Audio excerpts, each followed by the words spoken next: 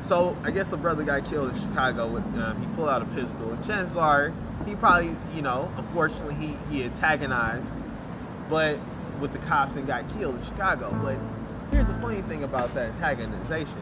Now, if you grab a man and you know you got a pistol on you, as a cop, you know you're gonna try to whip out that gun and try to shoot him.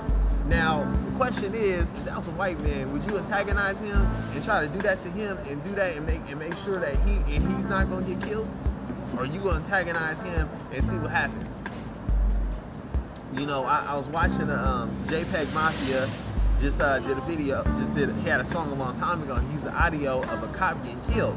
And I seen the video of that cop getting killed. And what happened in that video of that cop getting killed was the cop allowed the man, basically he stopped the car, random stop, the guy gets out the car, he puts his hands up, he says he's a Vietnam vet, I'm a Vietnam vet. And they're like, ooh, okay.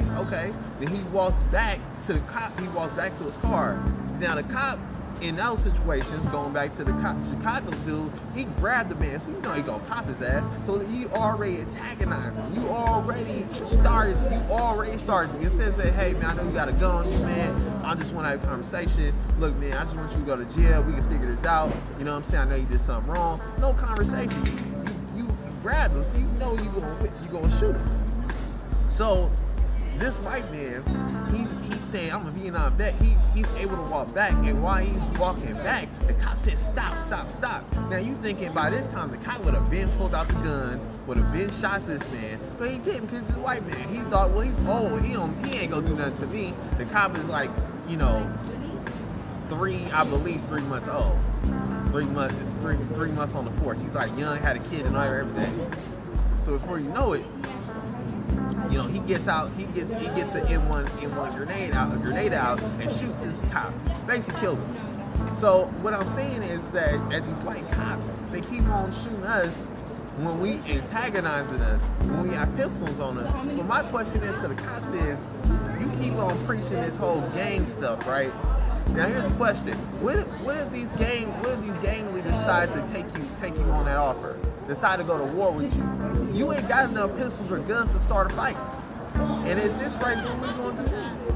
Why are you starting a beef and arguing with people? Learn how to cooperate, learn how to organize, learn how to talk to people. But cops don't know how to do that, and just like the military don't know how to do that shit. All they want to do is go to war, but we're not at war no more.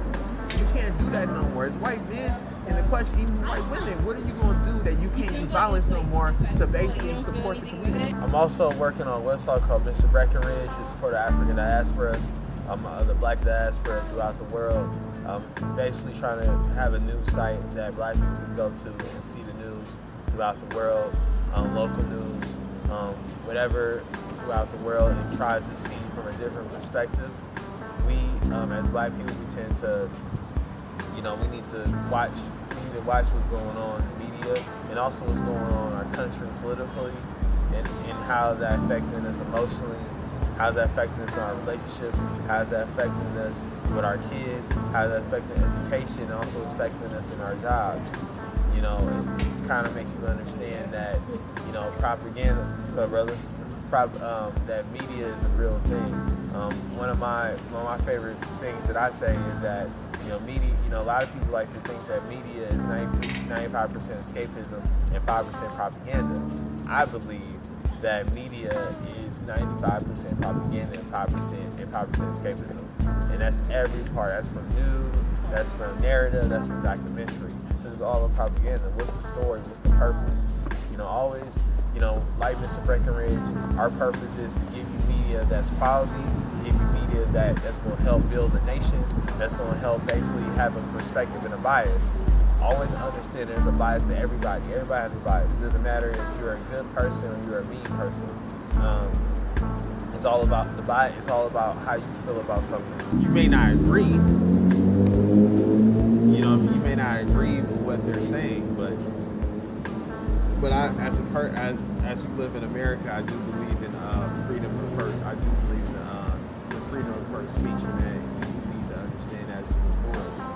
If somebody has an opinion, let them have one. That's why we have so much confusion and so much anger, because everybody feels like when they have an opinion about something that's different, they get shut out. So they have to be more aggressive than what you think they should be. So as a filmmaker, as a Mr. Breckenridge, the deal manager of Mr. Breckenridge, I want to create bias for African people or Black people of color to make them understand that this is your platform. This is a place for you to shine, a place for you to grow, a place for you to understand how you're supposed to move, not only today but also in the future.